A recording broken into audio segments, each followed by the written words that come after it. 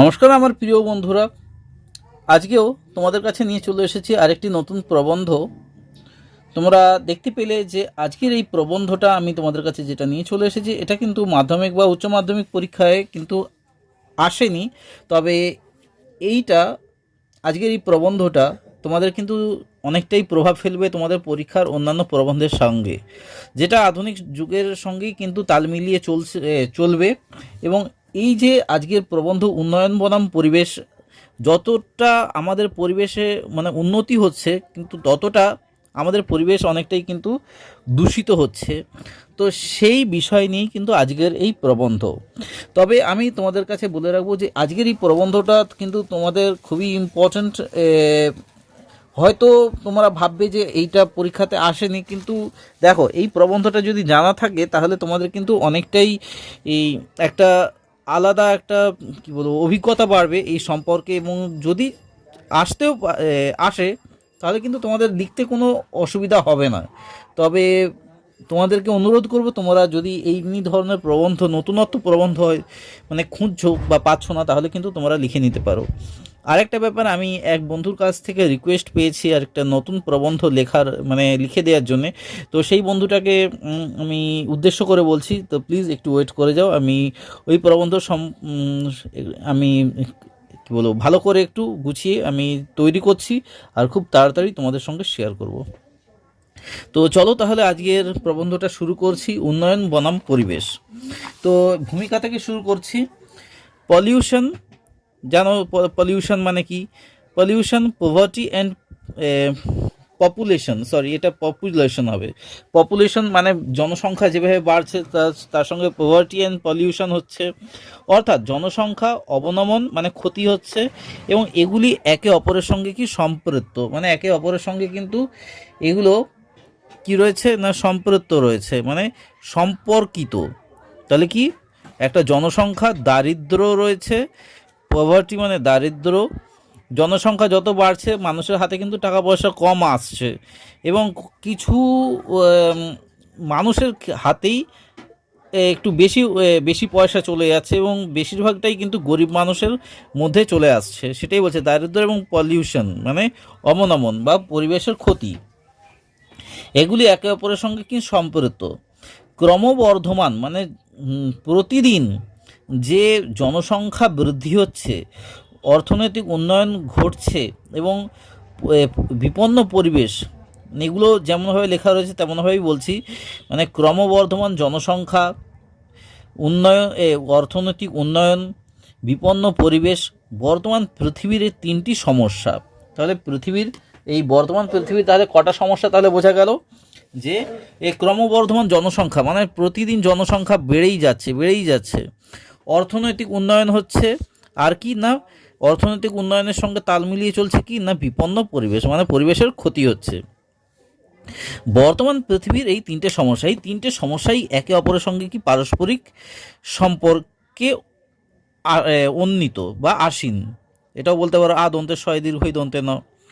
আমরা এই সম্পর্ককে দুটো ভাগে ভাগ করতে পারি, একটা হচ্ছে জনসংখ্যা বনাম উন্নয়ন, আর একটা উন্নয়ন বনাম পরিবেশ। তাহলে কি আমরা এই যে সম্পর্ককে তাহলে কটা ভাগে ভাগ করতে পারি? দুটো ভাগে ভাগ করতে পারি। একটা জনসংখ্যার সঙ্গে যে উন্নয়নের সঙ্গে তাল মিলিয়ে চলছে, আর একটা উন্নয়ন বনাম পরিবেশ এইটার সঙ্গে। তো সেই উন্নয়ন বনাম পরিবেশটাকে নিয়েই আমি তোমাদের কাছে এটা নিয়ে চলে এসেছি। অর্থাৎ জনসংখ্যার প্রয়োজনে উন্নয়ন প্রয়োজন, জনসংখ্যা যত বাড়ছে আমাদের আরও উন্নয়ন প্রয়োজন। তোমায় বলো না, তোমরা যে পরিবেশে থাকো দেখবে যে আগে কি মাটির ঘর দৌড় ছিল মানুষের, এখন সেই মাটির ঘর দৌড় ভেঙে গিয়ে কি হয়ে যাচ্ছে, টালির ঘর চলে এলো। টালির ঘর এখন উঠে গিয়ে কি হয়ে যাচ্ছে, ওখানে বিল্ডিং বাড়ি শুরু হয়ে গেল, 5 তলা 10 তলা 100 তলা এমনি করে বিল্ডিং হচ্ছে। এই যে উন্নয়ন হচ্ছে, এবং সেই উন্নয়নের ফলে কি বাড়তে থাকে পরিবেশের অবনয়ন। যত পরিবেশ উন্নতি হচ্ছে তত কি হচ্ছে, পরিবেশের ক্ষতি হচ্ছে। উন্নয়নের প্রথম ধাপে মানুষের চাহিদা কম থাকে, যখন উন্নয়ন হচ্ছে তখন মানুষের চাহিদা কি কম থাকছে বলে পরিবেশের সেই উন্নয়ন বিশেষ ব্যাহত করে না। প্রথমে মানুষের চাহিদা কম, সেই জন্য বেশি ক্ষতি হয় না। তবে মানুষের চাহিদা যত বাড়ে, যখন বাড়ে তখন স্বাচ্ছন্দ্য বৃদ্ধির জন্য পরিবেশের দূষণ ও ক্ষয়ক্ষতি বাড়তে থাকে। ফলে সৃষ্টি হয় সমস্যার। এই সমস্যা আজ পৃথিবীব্যাপী, এই সমস্যা আজ পৃথিবীব্যাপী। এটা তো চলে গেল ভূমিকা। এবার উন্নয়নের ধারণা। উন্নয়নের ধারণাটা দেখি। উন্নয়নের ধারণা না, উন্নয়ন এবং উন্নয়নের ইংরেজি শব্দ হচ্ছে ডেভেলপমেন্ট, এটা তো আমরা জানি। এরপরটা দেখে নাও, ডেভেলপমেন্টকে বিশ্লেষণ করলে দাঁড়ায়, ডেভেলপমেন্টকে যদি আমরা ভাঙি তাহলে কি দাঁড়ায়? ডেভেলপ মানে হচ্ছে বিকাশ করা বা বাড়ানো। আর MEN মেন মানে কি? মানুষ। আর টি অর্থাৎ টোটালিটি, সরি, এটা আমার বলতে ভুল হয়ে গেছে। টি অর্থাৎ টোটালিটি বা সম্পূর্ণভাবে, অর্থাৎ মানুষকে সম্পূর্ণভাবে বিকাশ বা উন্নত করা কেই হচ্ছে ডেভেলপমেন্ট বলে। এই উন্নয়নের জন্য পরিবেশকে আরও বেশি করে ভোগ করার প্রয়োজনীয়তা দেখা দিল। কেন এই উন্নয়নের জন্য? উন্নয়ন কেন হচ্ছে? যত জনসংখ্যা বাড়ছে তার জন্য উন্নয়ন হচ্ছে। আগে ছিল মাটির বাড়ি, সেটা হয়ে গেল টালির বাড়ি। টালির বাড়ি থেকে কি হয়ে গেল? দোতলা বাড়ি, তারপর তিনতলা বাড়ি, তারপর এখন 100 তলা বাড়ি, 150 তলা বাড়ি। এমনি করে মানুষ যত পারে এমনি করে উন্নতি করে যাচ্ছে। এইটাই হচ্ছে এখানে এর মানেটা। ফলে পরিবেশের ধ্বংসজনিত কারণে অবনমনের মাত্রাও বাড়তে থাকলো। অবনমন মানে কি? ক্ষতির মাত্রাও কিন্তু আস্তে আস্তে বাড়তে লাগলো। যেহেতু প্রাকৃতিক সম্পদের পরিমাণ উন্নয়নের ফলে সীমিত হয়ে এলো, প্রাকৃতিক সম্পদের পরিমাণ, এই যে আমরা গ্যাস ব্যবহার করছি, বা এই যে আমরা কয়লা ব্যবহার করছি, বা খনিজ তেল ব্যবহার করছি, এগুলো কি পুরো আমরা যত ব্যবহার করছি তত কি হচ্ছে? মাটির তলার জিনিস সব শেষ হয়ে যাচ্ছে।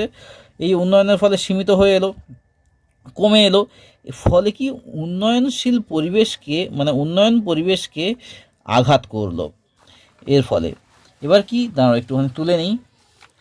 অর্থনীতির সূত্র অনুযায়ী উন্নয়নের গতি যত বাড়ে, যত আমাদের উন্নয়ন হবে বিভিন্ন দেশে, ততই পরিবেশের ক্ষতি হয়।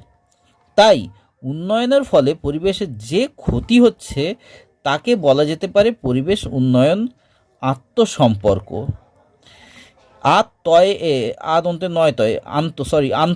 আন্তঃসম্পর্ক, এটা বিসর্গ, আন্তঃসম্পর্ক।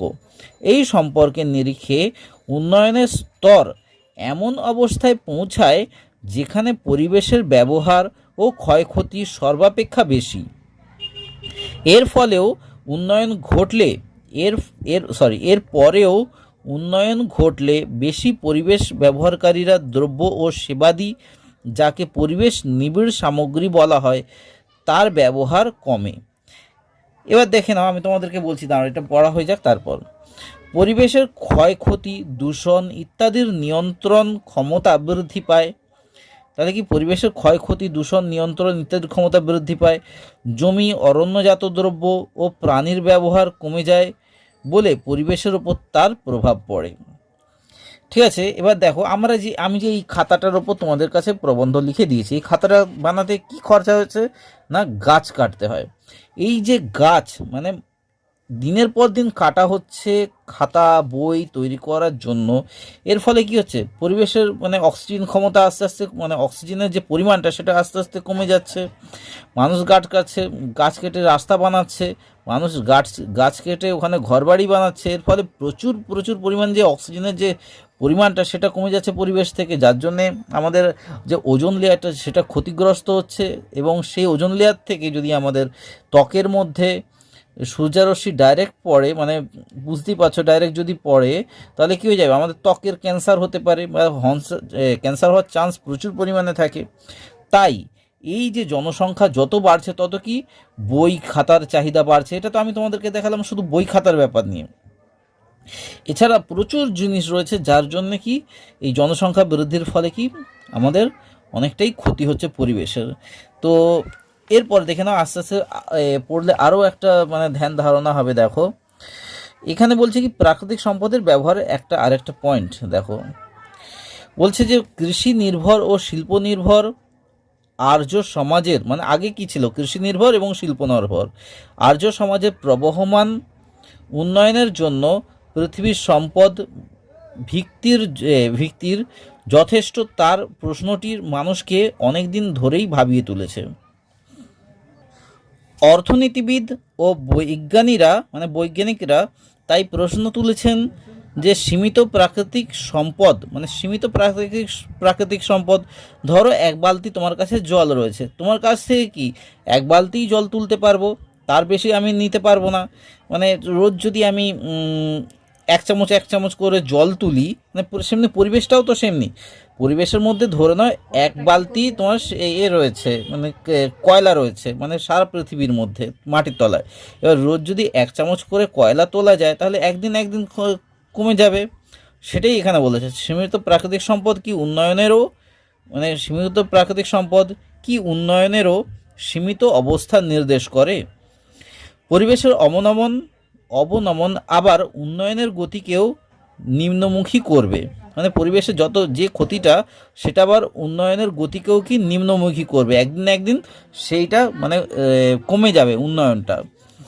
যেভাবে পরিবেশে জলবায়ু পরিবর্তন হচ্ছে, জলবায়ু পরিবর্তন, তাপ বৃদ্ধি হচ্ছে, ওজোন স্তরের হ্রাস, সমুদ্রতলের নাব্যতা হ্রাস, যে কারণে বাংলাদেশ আদৌ বাঁচবে কিনা সন্দেহ, মানে কিছুদিন পর, মানে কি আমাদের দক্ষিণ মেরু এবং উত্তর মেরু আস্তে আস্তে একদম কিন্তু বরফ গলতে শুরু করেছে। কলকাতাটাও কিছুদিন পর দেখবে জলের তলায় চলে যাবে। এই যে অরণ্য ধ্বংস হচ্ছে, চিরাচরিত প্রাকৃতিক শক্তির নিঃশেষণ, মানে আস্তে আস্তে শেষ হয়ে যাচ্ছে। কৃষি জমির উর্বরতা হ্রাস, মানে জমিতে আগে যখন 3 থেকে 4 বার করে চাষ করা হতো বছরে, সেটা একদম কমে যাচ্ছে। বায়ু দূষণ হচ্ছে, জল দূষণ হচ্ছে, বৃষ্টিপাতের হ্রাস হচ্ছে এবং পৃথিবীর জীববৈচিত্র্যের হ্রাস ঘটছে। তাতে বর্তমান উন্নয়নকেও ধরে রাখা যাবে না। এমনকি কোনো প্রজন্মের মানুষ যদি পরিবেশকে অতিরিক্ত ব্যবহার করে, মানে এমনকি কোনো প্রজন্মে, ধরো আমাদের এই প্রজন্মের মানুষ যদি পরিবেশকে বেশি ব্যবহার করে, মানে বেশি অতিরিক্ত ব্যবহার করে, মানে সব কয়লা শেষ করে দিল, সব গ্যাস শেষ করে দিল, মাটির তলায় যেসব গ্যাস রয়েছে সব তেল শেষ করে দিল, তাহলে কি তার প্রচুর ক্ষয়ক্ষতি সাধন করে, মানে এমন করে যদি শেষ করে দেয়, তাহলে পরের প্রজন্মের মানুষ তাদের ভালো থাকার প্রচলিত অবস্থা রক্ষা করবার উপাদান আগেই যথেষ্ট পরিবেশ, এই যে দেখে নাও প্রচলিত, আমি আবার পড়ছি, দেখে নাও, তবে পরের প্রজন্মের মানুষ তাদের ভালো থাকার প্রচলিত অবস্থা রক্ষা করবার উপাদান হিসেবে যথেষ্ট পরিবেশ সম্পদ ও উপাদানের বস্তু শক্তি কিন্তু পাবে না। মানে আমাদের পরের জন্মের যেসব মানুষেরা আসবে, মানে আমাদের ছেলেপুলেরা আসবে বা আমাদের মেয়েরা আসবে বা তারা কি এইসব জিনিস কিন্তু পাবে না, আমরা যদি সব খেয়ে খুয়ে পুরো পৃথিবীর সব সম্পদ শেষ করে দিই। এর ফলে কি আগের প্রজন্মের বেশি ভালো থাকার কারণে পরবর্তী অর্থাৎ ভবিষ্যৎ প্রজন্মের ততটা কি ভালো থাকা সম্ভব হবে না। আমরা গাছ কেটে পুরো শেষ করে দিলাম, তারপর কি আমরা যতটুকু পারি, যদিও শ্বাস নিতে পারছি, আমাদের যে ভবিষ্যতে যারা আসছে তারা কি করবে, তারা দেখতে পাবে তারা শ্বাস নেওয়ার মতো অক্সিজেন পাবে না, তারা দেখা যাবে যে পিঠের মধ্যে অক্সিজেন সিলিন্ডার নিয়ে সারা দিন ঘুরে বেড়াচ্ছে।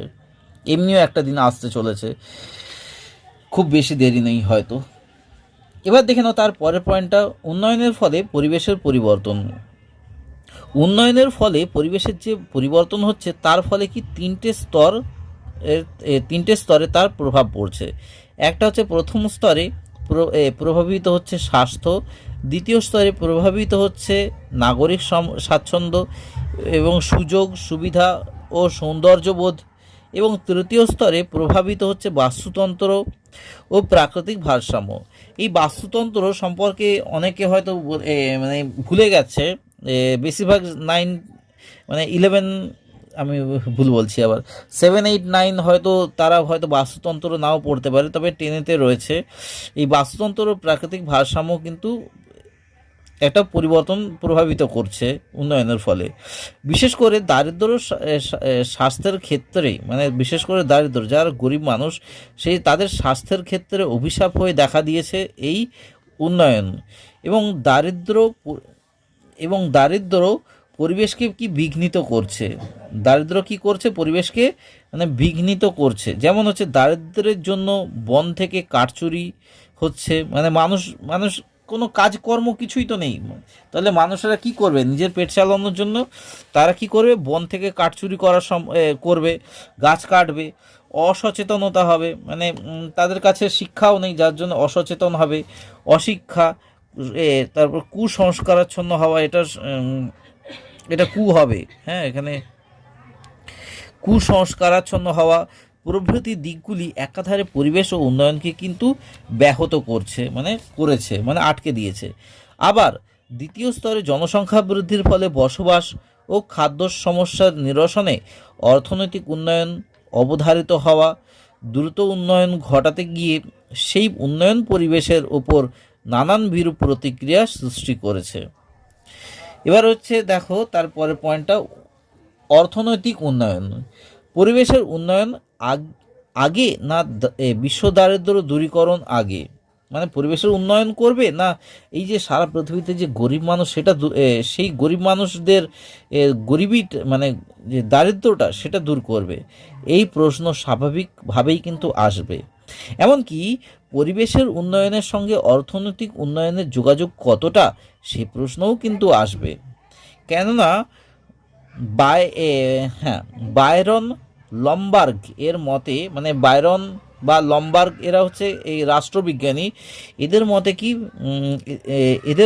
এদের মতো রাষ্ট্রবিজ্ঞানীও দ্য স্পেকটিক্যাল এনভায়রনমেন্টালে লিখেছেন, এটা হচ্ছে তোমার পেপার দ্য স্পেকটিক্যাল এনভায়রনমেন্টাল, এটা হচ্ছে যে নিউজ বা প্রতিবেদন, এই প্রতিবেদনে লিখেছেন যে we should not act on mights of doom and glooms. তাহলে প্রতিকারটা কোথায়? এবার দেখে নাও, এটা একটু ভালো করে মনে রাখবে, এই জিনিসগুলো পয়েন্টগুলো কিন্তু খুবই ইম্পর্টেন্ট পয়েন্ট। উন্নয়নের স্বরূপটা দেখে নাও কি না, সভ্যতার বিকাশে মানুষ একদিন এই প্রকৃতি ও জীব জন্তুর সঙ্গে সহাবস্থান করেই নিজেদের সভ্য করেছিল। মানে যখন আমাদের সভ্যতা শুরু হয়, তখন কি করতো, জীবজন্তুদের সঙ্গেই কিন্তু মানুষ আগে বসবাস করত, সেটাই এখানে কিন্তু লেখা হয়েছে যে সভ্যতার বিকাশে মানুষ একদিন প্রকৃতি ও জীবজন্তুর সঙ্গে সহাবস্থান করেই নিজেদের সভ্য করেছিল। কিন্তু সভ্য মানুষ ভুলে গেল যে প্রকৃতি ও জীবজন্তুর কথা। উন্নয়নের নামে পরিবেশের শ্লীলতাহানি চলতেই থাকলো, মানে উন্নয়নের নামে পরিবেশকে যাচ্ছে তাই করা হচ্ছে। দুঃশাসনের দ্রৌপদীর বস্ত্রহরণের মতো অতিরিক্ত ভোগাকাঙ্ক্ষী মানুষ প্রকৃতির সম্পদ যথেচ্ছভাবে হরণ করতে থাকলো। ফলে উন্নত মানুষের কাছে প্রকৃতি ফিরিয়ে দিল সুনামি, মানে যত মানুষ উন্নতি করছে সেই জন্য কী হলো, প্রকৃতিও সেমনি ঢেলে দিল আমাদের ওপর, কি না সুনামি ঢেলে দিল। হ্যাঁ, মানে সুনামি তো তোমরা হয়তো অনেকেই নাম শুনেছো, সমুদ্র ঝড়, তারপর হচ্ছে হ্যারিকেন মানেও ঝড়, ভূমিকম্প তো তোমরা জানোই, তো মাটিগুলো ফুটে যায়, জমি ফেটে যায়। তো এই যে প্রকৃতির উষ্ণকরণ, মানে পৃথিবীর উষ্ণকরণ, মানে পৃথিবীটা দিন দিন ধরে প্রতি বছর 1 ডিগ্রি বা 2 ডিগ্রি করে গরম হচ্ছে, এটা হচ্ছে উষ্ণকরণ। এবং অম্লবৃষ্টি, মানে বৃষ্টির সঙ্গে কি অম্লতা ভাব, অর্থাৎ যাকে বলে অ্যাসিড বৃষ্টি, ওজোন স্তর হ্রাসের মতো ঘটনাকে। তাই উন্নয়নের ক্ষেত্রে পরিবেশের যে এই যে অবনমনকে, মানে ক্ষতিকে, উন্নয়নের ক্ষেত্রে পরিবেশের ক্ষতিকে প্রতিহত, অবনমন একটু কথাটা মনে রাখবে, এটা শুদ্ধ ভাষা, পরিবেশের ক্ষতিকে করতে, এটা কি দেখলাম, অবনমনকে প্রতিহত করতে, মানে আমরা যদি হারাতে চাই, সেই জন্য কী কী প্রয়োজন না, ক্রমবর্ধমান জনসংখ্যাকে কাম্য জনসংখ্যায় পরিণত করা। মানে ক্রমবর্ধমান এই যে জনসংখ্যা বৃদ্ধি হচ্ছে, এই যে জনসংখ্যা বৃদ্ধিটাকে কি আটকাতে হবে। সার্বিক সচেতনতা বৃদ্ধি, মানে সবাইকে সচেতন করতে হবে এবং সদিচ্ছার বিকাশ সাধন করতে হবে। ধনী দেশগুলির উচিত ক্ষতিকারক গ্যাস ও উৎপাদন নিয়ন্ত্রণ করাও উন্নয়নশীল দেশগুলির পরিবেশের ভারসাম্য রক্ষার পাশে এসে দাঁড়ানো এবং যথাযোগ্য পদক্ষেপ গ্রহণ।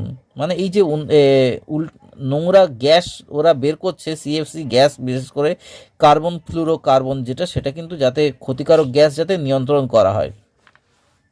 বিজ্ঞান ও প্রযুক্তিকে কাজে লাগিয়ে প্রাকৃতিক ভারসাম্য রক্ষা করার চেষ্টা করতে হবে, যেমন জৈব সঞ্চালন, জৈব বিবর্ধন এবং জাম প্লাজম, জীবভর, সূর্য শক্তি, তাপ শক্তি, জোয়ার শক্তি, বায়ু শক্তিকে বেশি করে কি কাজে লাগাতে হবে। মানে একদম সরিয়ে ফেলতে হবে কি পেট্রোল, ডিজেল, মানে এই যে এগুলোকে যতটা পারা যাবে কম ব্যবহার করতে হবে। এই ভান্ডার নিঃশেষ হয়ে গেলে নতুন করে এই নীতিকে কি বর্জন করে যাতে নতুন প্রাকৃতিক সম্পদের ভান্ডার গড়ে ওঠে, তার জন্য সরকারি ও বেসরকারি কি পদক্ষেপ গ্রহণ করতে হবে। বিভিন্ন বর্জ্য থেকে, এই যে বিভিন্ন নোংরা থেকে কিভাবে নতুন সম্পদ তৈরি করা যায় তার ব্যবস্থা গ্রহণ করতে হবে। এই পয়েন্টগুলো কিন্তু ভালো করে খেয়াল রাখবে। আধুনিক জীবনের অতিমাত্রায় ভোগপ্রবণ কমিয়ে ফেলা, মানে এই যে আমরা যে যুগেতে রয়েছে এটা আধুনিক জীবন, এই আধুনিক জীবনের অতিমাত্রায় ভোগ প্রবণতা কমিয়ে ফেলতে হবে এবং কৃত্রিমতাকে যতটা সম্ভব কি প্রতিহত করা ও শ্রমশীল হতে হবে। 8 নম্বর পয়েন্টটা কি, পরিবেশের সঙ্গে সম্পর্কিত সংশ্লিষ্ট সমস্ত দপ্তর ও মন্ত্রকের সঙ্গে পারস্পরিক যোগ সাধন রাখতে হবে পরিবেশ সম্পর্কিত যেসব। আর কি 9 নম্বর পয়েন্টটা হচ্ছে, পরিবেশ রক্ষার কথা বলার সঙ্গে পৃথিবীর সমস্ত মানুষের অন্ন, শিক্ষা, স্বাস্থ্য প্রভৃতির সহজলভ্যতার উপর জোর দেওয়া হবে উন্নয়নের অন্যতম সূত্র। ঠিক আছে, তাহলে আশা করি বোঝা গেল, শুধু পরিবেশ নিয়ে শুধু চেঁচালে হবে না, সমস্ত মানুষের অন্ন, শিক্ষা, স্বাস্থ্য এগুলোকেও কিন্তু ততটাই গুরুত্ব দিতে হবে।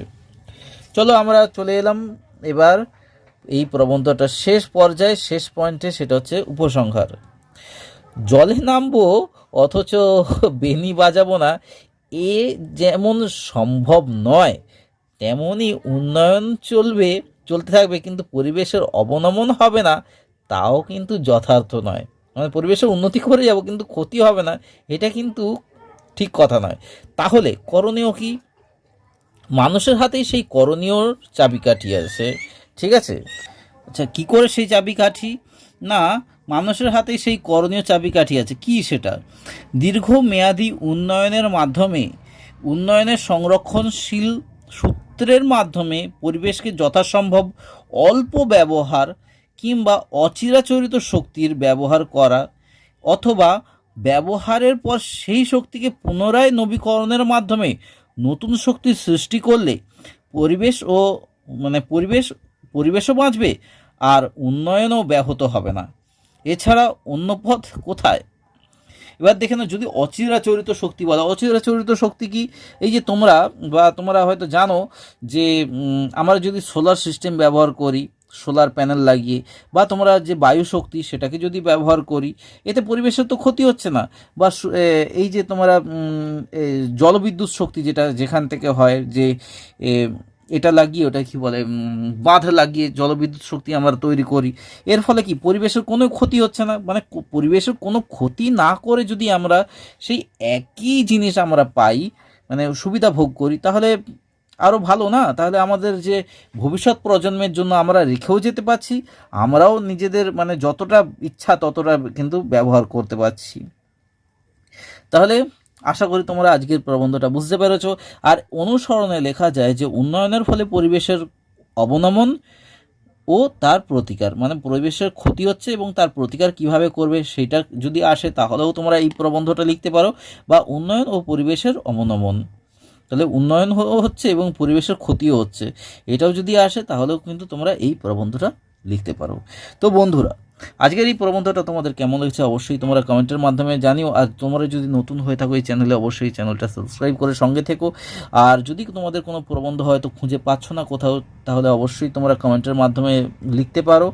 আমরা অবশ্যই খুব তাড়াতাড়ি, মানে সপ্তাহখানেক টাইম দিও, তো সপ্তাহখানেকের মধ্যে আমি সেই প্রবন্ধ বা অন্যান্য যেসব তোমাদের পড়াশোনা সংক্রান্ত যদি কোনো সমস্যা থাকে, অবশ্যই 1 সপ্তাহের মধ্যে আমরা জানিয়ে দেবো। চলো আজকে ভিডিওটা এখানেই শেষ করছি। তোমরা খুব খুব ভালো থেকো, সুস্থ থেকো। আর এতক্ষণ ধরে ভিডিওটা দেখার জন্য অসংখ্য ধন্যবাদ জানাই।